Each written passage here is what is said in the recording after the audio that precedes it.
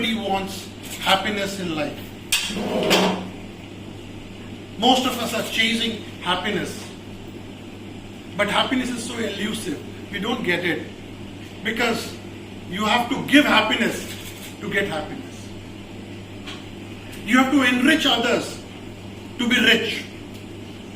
You have to be a volunteer to the society to get back happiness in life. And this lady is an example of that. Whatever small she is giving, but she is giving. All of us are very fortunate to be in Singapore, where we have a very good quality life. We have a roof over us. We get 3 meals a day.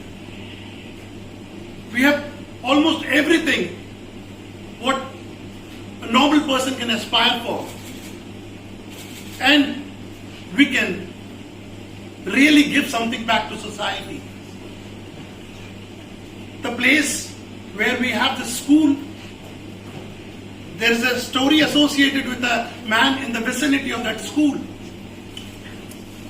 That man is popularly known as the Mountain Man.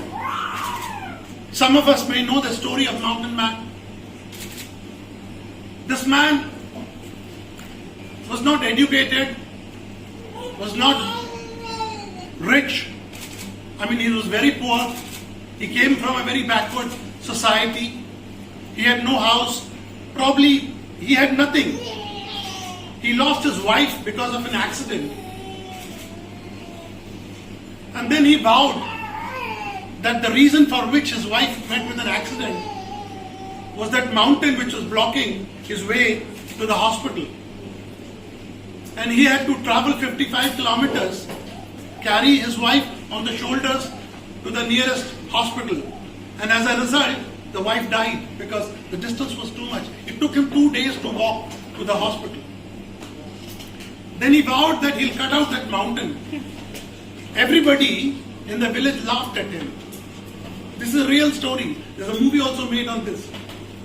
Everybody laughed that how can you cut a huge mountain which a government could not do and you alone would do? He said, yes, I will do it.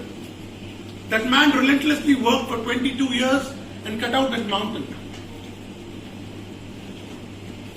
Ladies and gentlemen, what I'm trying to say, if a man who has no means, who's not educated, who has no food to eat, who has nothing, if he could do such a humongous task, he converted that journey of 55 kilometers into 15 kilometers.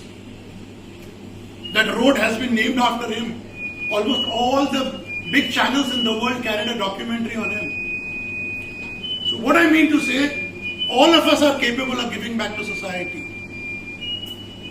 We have no time. This excuse will not work. I have no money, I have no time, I want to do, but then, I'm waiting for something to happen. All these are excuses, alibis. All of us, we are in Singapore, we have a great life. We are most capable to do something for society. Even if you donate $1 a day, that means a lot for people who do not have anything. These children, they are very talented, those who are into our schools. But they don't have access to education. And for us to give them education is a big challenge. We also have to give them food, otherwise they won't come to school. You have to give them food, you have to give them clothing, you have to give them books, pencil, everything you have to give. Otherwise they won't come to school. They don't have, and they don't even have slippers. They don't have shoes. They come barefoot to school. So you have to give them shoes, you have to give them uniform, you have to give them everything. Then they come to school. But then the kind of satisfaction you get by getting those children to school is unspeakable. I am a sole patron for one of the schools in Jharkhand, in a place called Dumka, from where the Chief Minister of Jharkhand comes. I'm a sole patron. I've invested about $800,000 over there. And I'm very happy. The school is named after my father. And this school is also named after my father, but I am one of the patrons, a small patron for this school. I congratulate the organization, the founders of this school, Chandradev, has done a humongous job.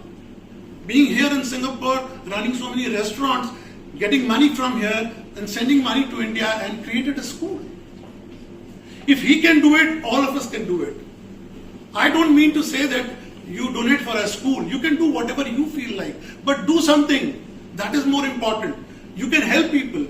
You can decide to help in some other stream. That is your choice. But we have to do it. As a human being, that is one of the responsibilities.